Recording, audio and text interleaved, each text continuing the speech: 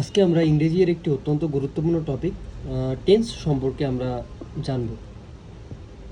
Tense কি, tense কাকে বলে, টেন্স কয় প্রকার ইত্যাদি সম্পর্কে আমরা জানবো, যেটি না জানলে হয়তো ইংরেজির অনেক গুরুত্বপূর্ণ কিছু টপিক সম্পর্কে আমরা ভালোভাবে জানতে পারবো না। অর্থাৎ বেসিক ক্রিয়েট করার জন্য ইংরেজিতে যতগুলো বিষয় সম্পর্কে আমাদেরকে জানা লাগবে সেগুলো জানতে হলে অবশ্যই আমাদেরকে টেন্স সম্পর্কে জানতে হবে।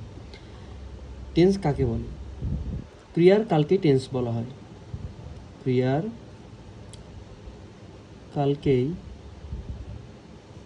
টেন্স বলে। অর্থাৎ কোনো একটি কাজ কোন সময় সংঘটিত হচ্ছে, সেটি বর্তমান, অতীত অথবা ভবিষ্যৎ, সেটিকে রিপ্রেজেন্ট করতে সাধারণত টেন্সকে ব্যবহার করা হয়ে থাকে। There are three kinds of tense. Tense সাধারণত তিন ভাগে ভাগ করা হয়ে থাকে। টেন্সকে তিন ভাগে ভাগ করা হয়। তারা হচ্ছে প্রেজেন্ট টেন্স,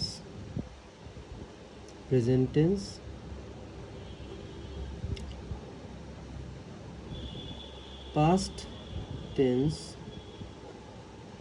এবং future tense.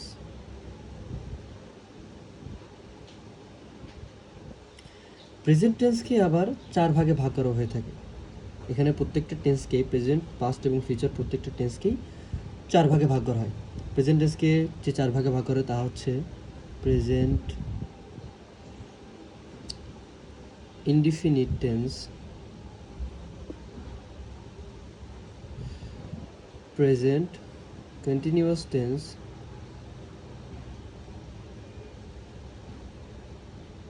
Present perfect tense এবং প্রেজেন্ট পারফেক্ট কন্টিনিউয়াস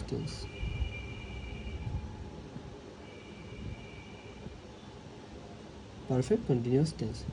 এভাবে পাস্ট টেন্স এবং ফিউচার টেন্সকেও সেম চারটি ভাগে ভাগ করা হয়, শুধুমাত্র তাদের প্রথমে পাস্ট হবে এবং ফিউচারের ক্ষেত্রে ফিউচার হবে। ফার্স্টে হবে হচ্ছে ইনডিফিনিট,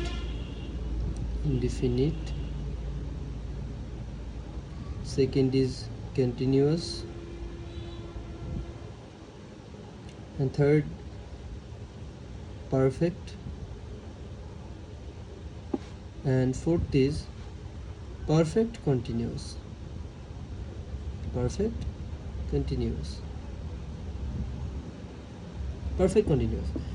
সো আমরা বুঝতে পারছি যে প্রেজেন্ট টেন্সের ক্ষেত্রে হচ্ছে present indefinite, present continuous, present perfect এবং প্রেজেন্ট পারফেক্ট কন্টিনিউয়াস। সো পাস্টের ক্ষেত্রে হবে past indefinite, past continuous, past perfect এবং পাস্ট পারফেক্ট কন্টিনিউয়াস।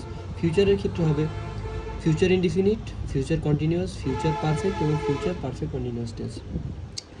এখন প্রত্যেকটি টেন্সের আলাদা আলাদা স্ট্রাকচার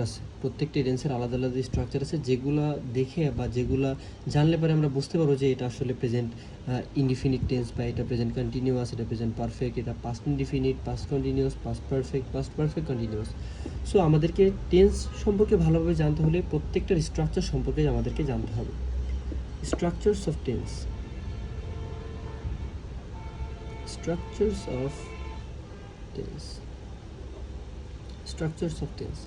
সো যদি আমরা একটা সেন্টেন্স লিখি যে I am a student of English,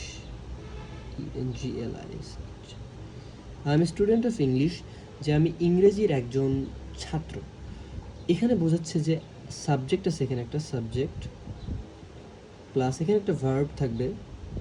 there are different kinds of verb হতে পারে প্রিন্সিপাল ভার্ব, হতে পারে ভার্ব মেবি প্রিন্সিপাল,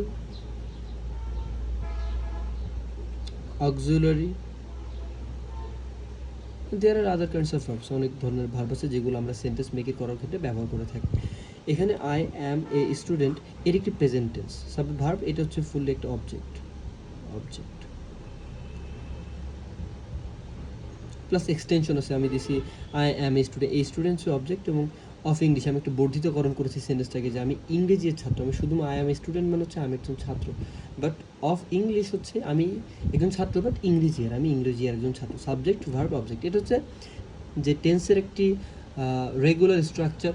আমরা বলতে পারি প্রেজেন্ট টেন্সের ক্ষেত্রে যে নর্মাল একটি স্ট্রাকচার। এখন যদি আমরা প্রত্যেকটি টেন্সের আলাদা আলাদা স্ট্রাকচার আমরা জানতে চাই, তাহলে আমরা কী পাবো এটা আমরা দেখতে পাবো। এখন ফার্স্ট অফ অল আমরা নিতে পারি যে present indefinite tense. Present indefinite tense এর স্ট্রাকচার কী হবে? ফার্স্ট অফ অল আমাদেরকে সেন্টেন্স মেক করতে হলে সেখানে অবশ্যই সাবজেক্টকে দিতে হবে, সাবজেক্ট প্লাস, এবং ভার্ব ছাড়া কোনোদিনও কোনো সেন্টেন্স মেক করা আসলে পসিবল না, তাহলে অবশ্যই আমাদের একটি ভার্বের প্রয়োজন হবে, সাবজেক্ট প্লাস ভার্ব। এখন প্রেজেন্ট টেন্সের ক্ষেত্রে কী হবে? প্রেজেন্ট ইনডিফিনিট টেন্সের ক্ষেত্রে বেসিক্যালি এখানে ভার্বের present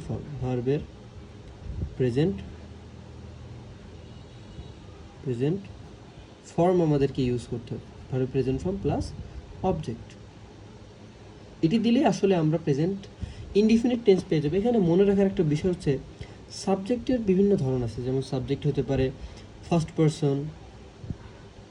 person, second person, or maybe third person. এগুলো আবার হতে পারে দুইটা ভাগে ভাগ করা হতে পারে এদেরকে। আবার একটা হচ্ছে singular, first person singular plural, second person singular plural, singular and plural. Singular এবং প্লুরাল। সিঙ্গুলার হচ্ছে এক, মানে সংখ্যাটি একে থাকবে, যেমন আমি। প্লুরাল হচ্ছে আই প্লুরাল উই, আওয়ার, আমরা, আমাদের ইত্যাদি। আই, হি, ইউ, এগুলো হচ্ছে সিঙ্গুলার, এখানে একজনকে রিপ্রেজেন্ট করতেছে। এখন এখানে আই হচ্ছে ফার্স্ট পারসন, হি হচ্ছে থার্ড পারসন এবং ইউ হচ্ছে সেকেন্ড পারসন। আমাদের এখানে জানতে হবে যে সাবজেক্ট যদি, যে এই প্রেজেন্ট ইনডিফিনিট টেন্সের ক্ষেত্রে যদি সাবজেক্ট থার্ড পারসন, মানে হচ্ছে হি, শি, কোনো ব্যক্তির নাম যেমন রহিম, করিম ইত্যাদি, রহিম, করিম ইত্যাদি যদি থাকে, যে কোনো ব্যক্তির নাম, অথবা দি সান, এগুলো হচ্ছে প্রেজেন্ট টেন্সের ক্ষেত্রে, এগুলো প্রেজেন্ট টেন্সের ক্ষেত্রে এগুলো থার্ড পারসন হিসেবে ব্যবহার করা হয়। এবং যদি থার্ড পারসন হয়, সাবজেক্ট থার্ড পারসন হলে ভার্বের সাথে এস বা ইএস যুক্ত হবে। প্রেজেন্ট ইনডিফিনিটের ক্ষেত্রে শুধুমাত্র এই বিষয়টা আমাদেরকে মাথায় রাখতে হবে যে সাবজেক্ট, এখানে সাবজেক্ট যদি third person singular, third person প্লুরালও কিন্তু আমরা দেখতে পাবো এর পরবর্তীতে। থার্ড পারসন প্লুরাল যদি হয় তখন হবে না, সাবজেক্ট যদি থার্ড পারসন শুধুমাত্র থার্ড পারসন সিঙ্গুলার যদি হয়, তাহলে আমরা ভার্বের সাথে এস বা ইএস যুক্ত করবো। এক্ষেত্রে আমরা একটা এক্সাম্পল দেখতে পারি, প্রেজেন্ট টেন্সের একটা এক্সাম্পল দিই। এক্সাম্পল যদি দিই, আমরা পাই যে হি ইট রাইস, সে ভাত খায়। এখন এখানে আমাদের দেখতে হবে যে হি হচ্ছে থার্ড পারসন সিঙ্গুলার,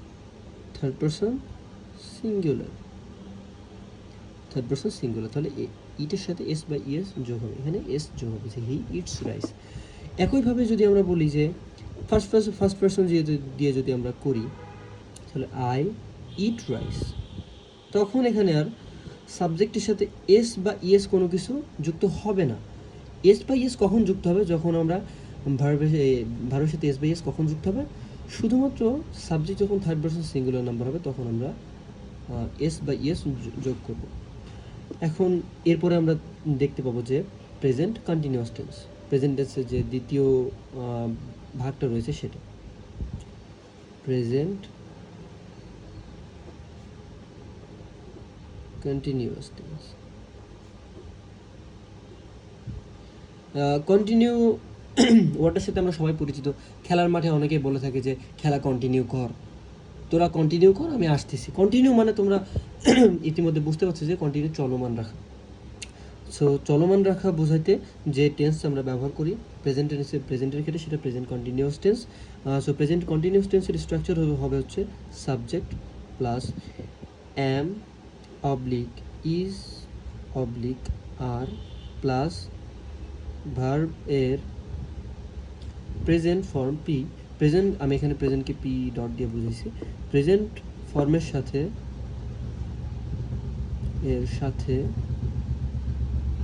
সাথে আইএনজি প্লাস একটি অবজেক্ট,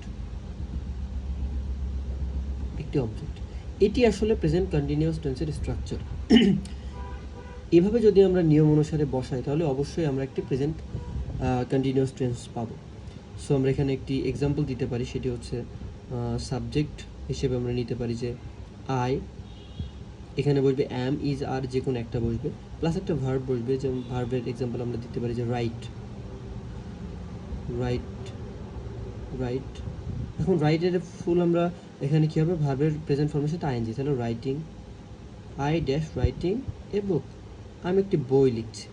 এখন আয়ের পরে এম, ইজ অথবা আর, এখানে তিনটা অপশন দেওয়া আছে, আমি কোনটা বসাবো।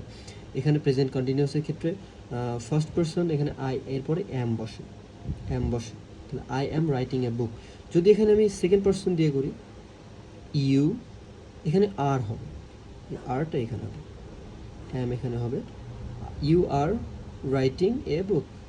যদি থার্ড পারসন দিয়ে করি তাহলে হি ইজ রাইটিং এ বুক, আমি একটি বই লিখছি, ইউ আর রাইটিং এ বুক, সে একটি বই লিখছে, তুমি একটি বই লিখছো, এবং হি ইজ রাইটিং এ বুক, সে একটি বই লিখছে। এখানে আমরা তিনটি এক্সাম্পল দেখতে পেলাম। এরপরে যে বিষয়টা আমরা, যে টেন্সটি আমরা লক্ষ্য করব সেটি হচ্ছে প্রেজেন্ট পারফেক্ট টেন্স।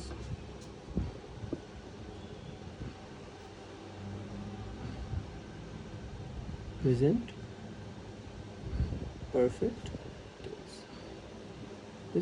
টেন্স লক্ষ্য করব। প্রেজেন্ট পারফেক্ট টেন্সের গঠন হচ্ছে subject plus have oblique has plus ভার্বের past participle form plus object. Example আমরা দিতে পারি, সাবজেক্ট আমরা আই বসালাম, এখানে আয়ের পরে শুধুমাত্র আমাদের এখানে খেয়াল রাখতে হবে যে হ্যাজ শুধুমাত্র থার্ড পারসন সিঙ্গুলার এর ক্ষেত্রে বলবো, হ্যাজ শুধুমাত্র থার্ড পারসন সিঙ্গুলার ক্ষেত্রে বলবো। তাহলে আমি এখানে আই যেহেতু নিচ্ছি তাহলে অবশ্যই হ্যাভ বসবে। যদি ইউ নিতাম তাহলে ইউ নিলে পারে ইউ এর পরেও হ্যাভ বসবে। এবার সাবজেক্ট আই হ্যাভ, ভার্বের পাস্ট পার্টিসিপল ফর্ম এখানে বসবে, পাস্ট পার্টিসিপল যদি বসে তাহলে I have known, KNOWN, known him, I have known হিম, আমি তাকে চিনতাম। ইউ হ্যাভ নোন হিম, তুমি তাকে চিনতে। That's the structure for present perfect tense. And last but not the least, fourth is present perfect continuous tense. Present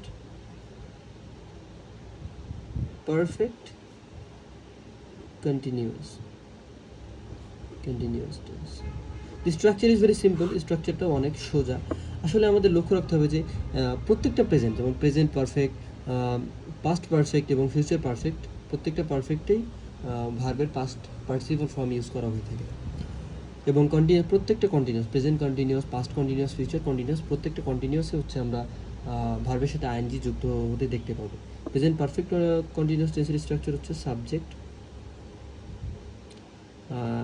have oblique has, যেহেতু এটা perfect তাহলে have has চলে আসছে, যে এখানে পারফেক্টে আমরা লক্ষ্য করি যে হ্যাভ এবং হ্যাজ আছে, subject plus have has plus নিয়ম অনুসারে একটি বিন, এগুলো সবই স্ট্রাকচার।